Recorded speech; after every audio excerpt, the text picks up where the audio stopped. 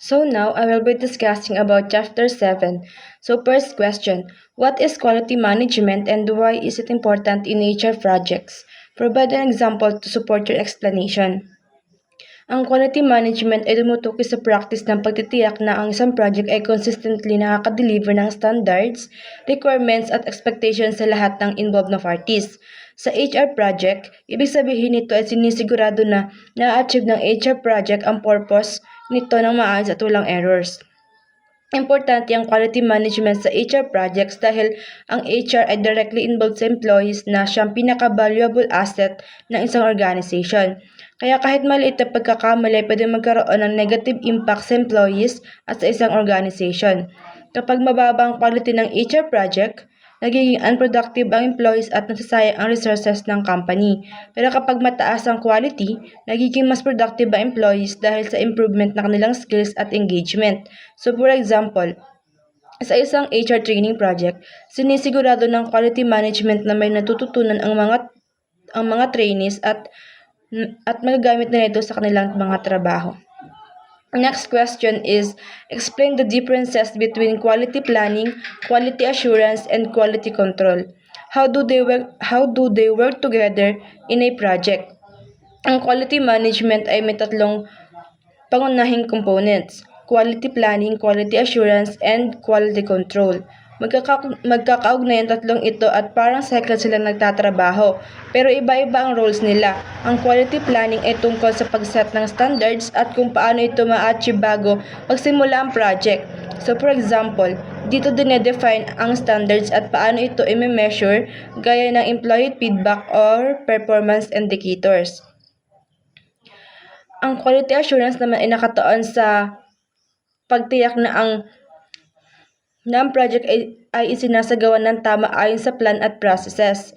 So for example, nagsasagawa ang HR ng audit para siguraduhin na nasusunod ang tamang process ng training. Samantalang ang quality control ay ginagawa pagkatapos ng project para i-check kung na-achieve ba ang expected results. Sa madaling salita, ang planning ay before, ang assurance ay during, at ang control ay after ng project. So third question is, how does quality management contribute to employee satisfaction and organizational success? Give a practical HR-related example. Malaki ang contribution ng quality management sa employee satisfaction dahil sinisigurado nito na ang HR programs ay relevant, fair at effective.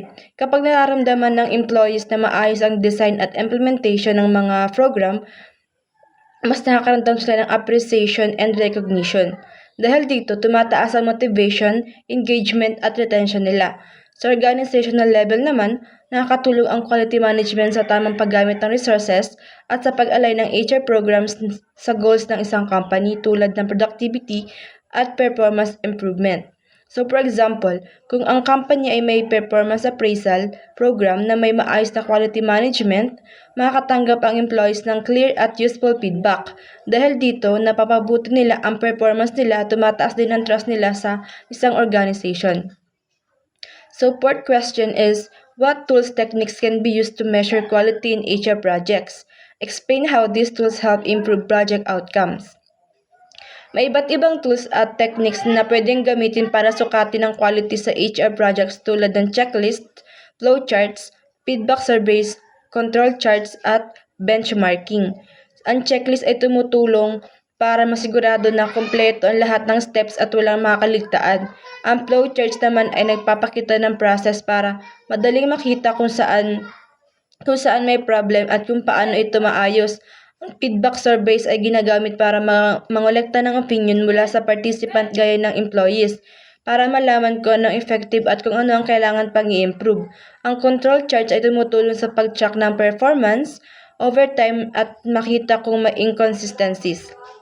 Samantalang ang benchmarking ay ang pag-compare ng HR performance industry standards para malaman kung saan pa pwede mag-improve. Sa pamamagitan ng mga tools na ito, mas napapabuti ang overall outcome ng HR projects. So last question is, using the PDCA cycle or Plan, Do, Check, Act, explain how continuous improvement can be applied in HR projects. Provide a simple scenario. So ang PDCA cycle or Plan, Do, Check, Act ay isang model para sa continuous improvement na tumutulong sa organizations na ma-improve ang kanilang process over time. Sa plan stage, ina-identify ng HR ang problem o area for improvement at gumagawa ng strategy. So for example ay ang pag-improve ng training program. Sa do stage, ina-implement ang plan gaya ng pag-conduct ng training gamit ang updated materials. Sa check stage, ini-evaluate ang results sa pamamagitan ng pagkuha ng feedback, pag-assess ng learning or pag-review ng performance. Sa act stage naman, gumagawa ng adjustment based sa results. Ang tulad ng pag-revise ng training, content o method. For example, kung may sinabi ang employees na masyadong theoretical ang training, pwede magdagdag ng practical activities. That's all. Thank you.